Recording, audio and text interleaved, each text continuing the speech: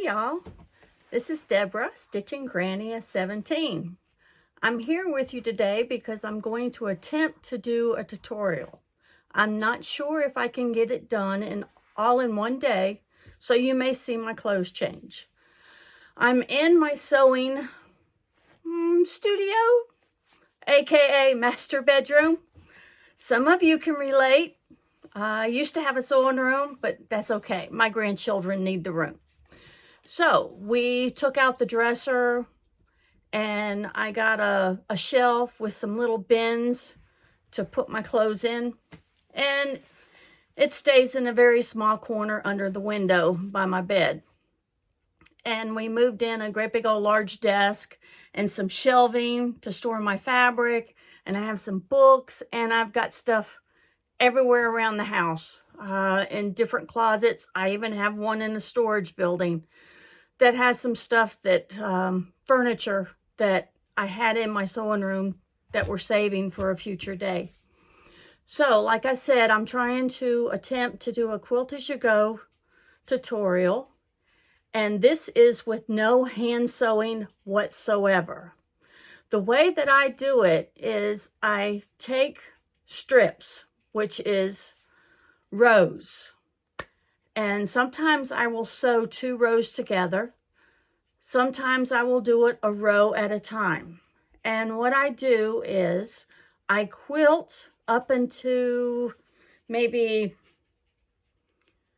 4 to 5 inches before I get to the right side.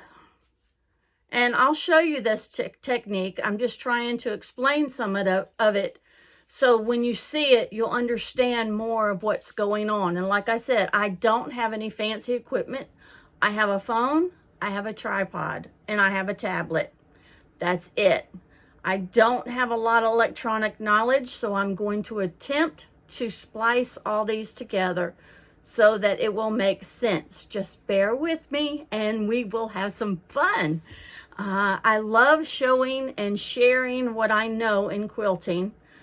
Quilting to me is my first love, cross stitch maybe my second. I saw my first quilt when I was 16 and it happened to be a Sunbonnet Sue and I was in love. And I loved the fact that it was applique, which I didn't understand what applique was at the time, but to me it looked like a coloring book of pictures and that excited me. Well, the ones that I were around that showed me the quilt, I kept doing all I could just to say, please teach me, but nobody got the hint. Like I said, I was 16. I was kind of shy and I didn't want to say, hey, please teach me how to do this. But I was willing to learn. So a few years went on and then I sewed clothes all the time. That's what my grandmother taught me how to do, and to sew things for around the house, cover couches. She always told me to make do with what you have and, make it new with what you have. So that's what I've always done. And that's why I like scrappy quilts, because I'm using what I have and I don't have to keep buying things like this fat quarter bundle over here. That's the new stitch by Lori Holts. Happy Little Stitch Shop is going to be doing a sew along, and I'm going to make a portion of the sewing quilt. I'm really not a sewing theme type of person because I don't have a sewing room to put the quilt in. And usually when I have a sewing room, my walls are so full that there's not enough room for a quilt, much less, multiple quilts and wall hangings. So I usually have storage, fabric everywhere, books and tables with sewing machines and cutting area. So I usually don't have room to hang up a sewing quilt, but I am going to join in and I'm going to do my own version. And you might like to join in with me. I'll show the process as I go and, who knows, maybe you'll want to do it. All right, back to the quilting as you go technique. If you'll excuse me just a second, I'm going to get one of the rows. Okay, this is a Lori Holts quilt pattern. It was the one she did, Vintage Grandmother or something like that. I'm not sure. It was a couple of years ago, and she did like 40 plus blocks. I thought it was going to go on forever. I kind of put it aside when I had maybe 6 or 8 blocks to go, and then I picked it up sometime this year, and I said I'm going to get it done, and I'm going to do a quilt as you go technique.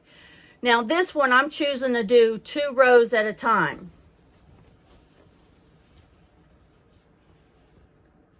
So my throat space on my machine is 9.5 inches. Most standard machines are 6.5 inches. So you may want to take 1 row at a time. What I'm going to do is put the backing and the batting on here. And then I'm going to keep quilting. I'm going to start from the left, in which it'll be this way. I start from the left and work my way to the right. And when I get about right here, I'm going to stop. I'm going to do a meander type quilting. When I get here, I'm going to stop. And then I'm going to put the next row face down, and using a walking foot, I'm going to sew it and join it together. And then I'm going to do the same thing with whatever backing, because my backing doesn't have to be the same size as the front row. I can have it extend. I don't really want joints in my quilt. I want it kind of scattered a little bit.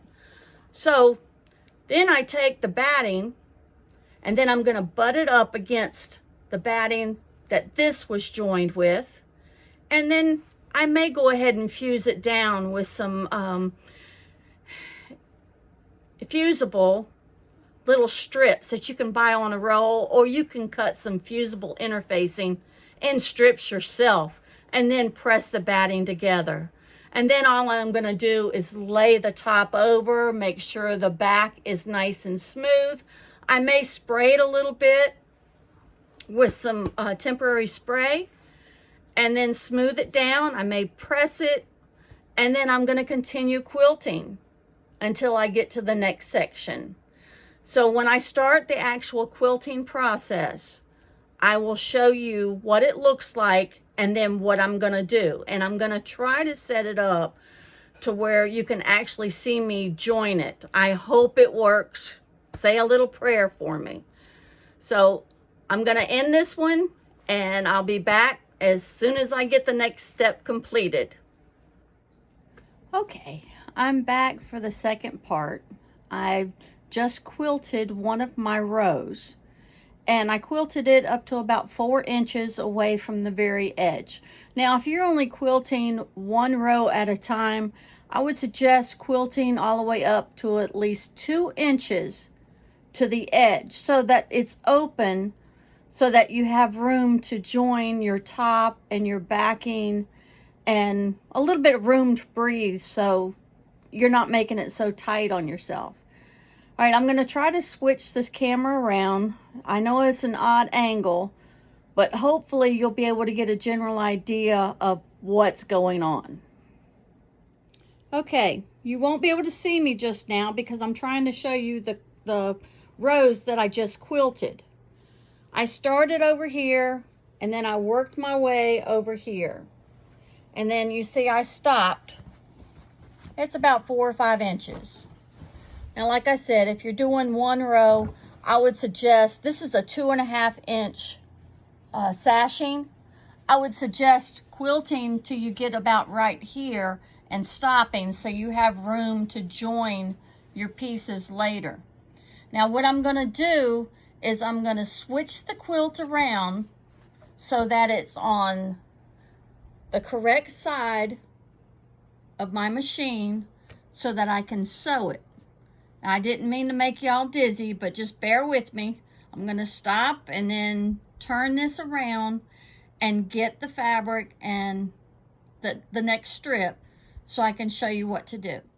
Okay, what you want to do now is to push the backing and the batting out of your way. And then you want to take your 2 pieces, push your backing and your batting out of the way. Then take the piece that you quilted, which is right here, and the piece that you're joining, which is right here, and you want to match them up put a pin or a little clip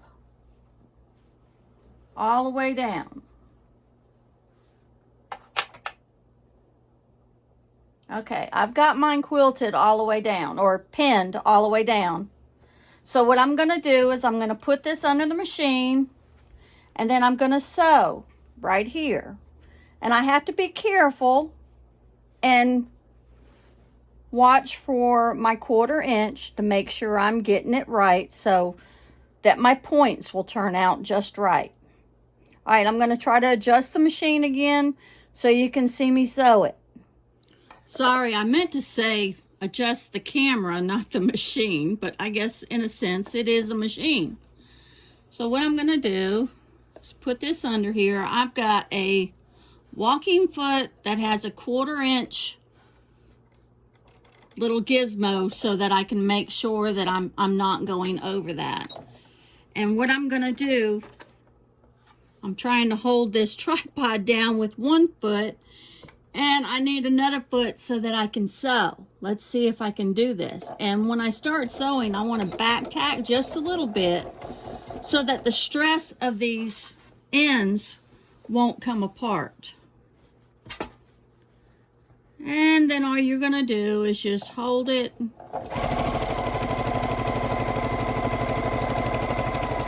and sew all the way down.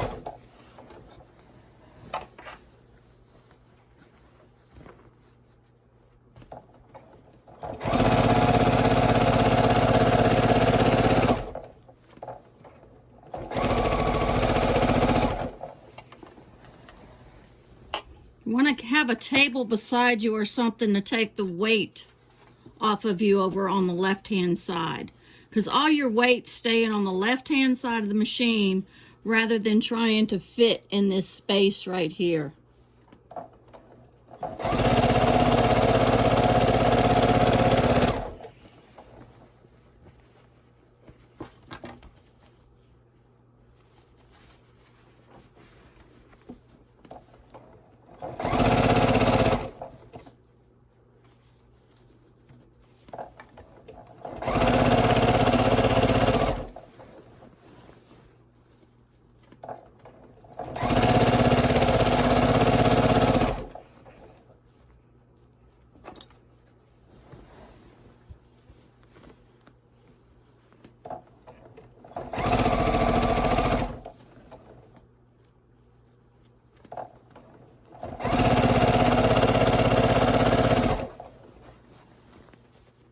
And we're almost at the end.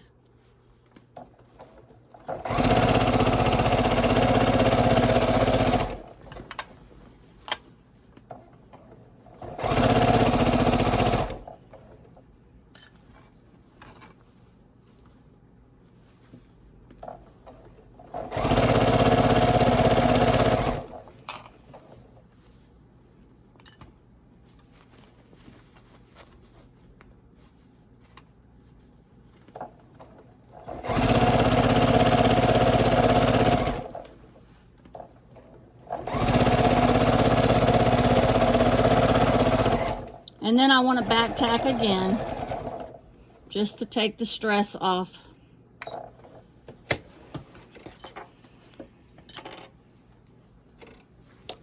And then you want to do the same thing with the backing of the quilt. So if I open this up,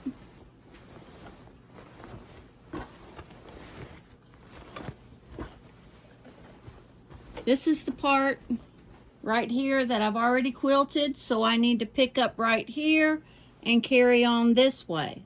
But first I've got to add the backing and the batting. So this is the first part. I've got to press this because I want to make sure my seams are nice and pressed, and yeah, they're going to look just right, and they're going to look better if I press it than if I leave it. And so then I'm going to get this side. All right, this is the backing. It's much bigger than my strip or my row was. I like it that way. Like I said, I don't like to have it, the seams get bulky or it look like I was running out, or like it's a quilt as you go. I want it to look more natural. So I want my seams to be different on the back than what it is on the front. So I'm going to take the next backing piece, which is a different fabric, and then I'm going to sew it down here. And I'm going to end the video, and then I'll continue by adding the batting, and I'll show you that process. This video is going to be getting longer and harder to upload, so I'm going to go ahead and stop it here. Like I said, add the backing to here, the next piece of backing, and the next video you see, you'll see me add the batting. And like I said, you may want to not only spray baste it down, but you may want to get you some fusible interfacing, cut it in strips so that you can join the batting there so that you can't see the seam at all once you quilted it. Nobody will ever know that it was a quilt as you go technique. So I want to thank y'all for looking at my video today, and I hope it helped some of you, if not all of you. That's what I'm here. I'm trying to do what I can to try to help you make it easier to quilt a king-size bed quilt on a domestic machine. I don't have the money to buy a long arm, nor the place to put it to be able to quilt my quilts. And so I came up with this technique by watching other quilt as you go videos and coming up with something that works with me, because I don't want to do block by block. I say, oh my, what if the blocks don't match up? Because it happens. Doing it row by row, you have a little bit of give so that you can feed the extra fabric in if you have to. Now I measure it, I measure twice and I cut once. And I measure it so that I can make sure that the rows are the same length. But you can miss it like a 1/4 of an inch, 1/8 of an inch, even a 1/2 inch. But as long as it's no more than that, and you pin or you clip your rows together, you can feed that excess in if you have to. And nobody's ever going to know it, because once you press the seams down, it looks fine. If you're having to work in 1 inch or better in a row, yeah, it might get a little bit puckery here and there. But don't sweat this. Enjoy the process. If your quilting's not 100% and you think, my quilting's not good enough, if you just start it, nobody's going to sit there and look at the quilting. They're going to look at the piecing or the applique, and they're going to say how pretty it is. And the more times it's washed, you're not going to notice those stitches. My motto is you go ahead and quilt it. If you can find where the mistake is once you're finished, then go back and take it out. Now, if this is a quilt that you want for a show, yeah, I would say, be a little bit more perfect with it. But if this is a quilt that's going to be used and it's going to be loved, nobody's gonna care about the quilting. I've never had anybody just look at my quilt, oh, you got a skip stitch here, or you missed the line. So don't sweat the, little stuff. Just enjoy life, enjoy your quilting, and it takes practice. The more you do it, the better your quilting gets. But it's something you have to do all the time. I would suggest leaving a small piece of sandwich, the backing, the batting, and the top. Just scrap pieces of fabric, leave it by your machine. Practice a little bit every day. Do loops, write L's, write E's, do circles. Try to do puzzle pieces. Do straight lines while you're machine quilting with a quilting foot. Just have fun with it. The machine you see behind me, that's a Juki 2010. That's what I mainly do my quilting on. The machine you saw me do this piecing of the rows, that's a Janome 6600. And I like this machine for specialty stitches, but rather than take my quilting foot off of my 2010 when I'm quilting row by row, I go ahead and pull this machine out so that I can use it for straight stitching with my rows, sewing them together and sewing the backing together, so I don't have to keep stopping and starting and changing the feet. So it's a little bit tight in here. The machine, this Janome, it goes over here. That door right there used to be the entrance to our bedroom. We closed it off. My son made me a closet in there, access through his room that I can store extra fabric in and craft items and stuff like that. We moved our bedroom door to the entrance to the living room. So that way I have a better space to be able to quilt in and be able to maneuver a little bit. My husband will move my Janome over here next to the bed so that I can plug it in and I can use it and use the Juki 2010 also. All right, y'all have a good afternoon. This is August the 8th, and it's a beautiful day. I want to thank y'all for joining me. I'm sorry I don't have a scripture ready right now. I didn't really intend on doing this video today, but I said since I'm doing it, I might as well put it together. But just rejoice in the Lord, for He is our strength. He will guide us, lead us, and direct us if we only let Him. And He will bring us knowledge and wisdom in everything that we say or do. God bless y'all, and I'll see you soon. Bye.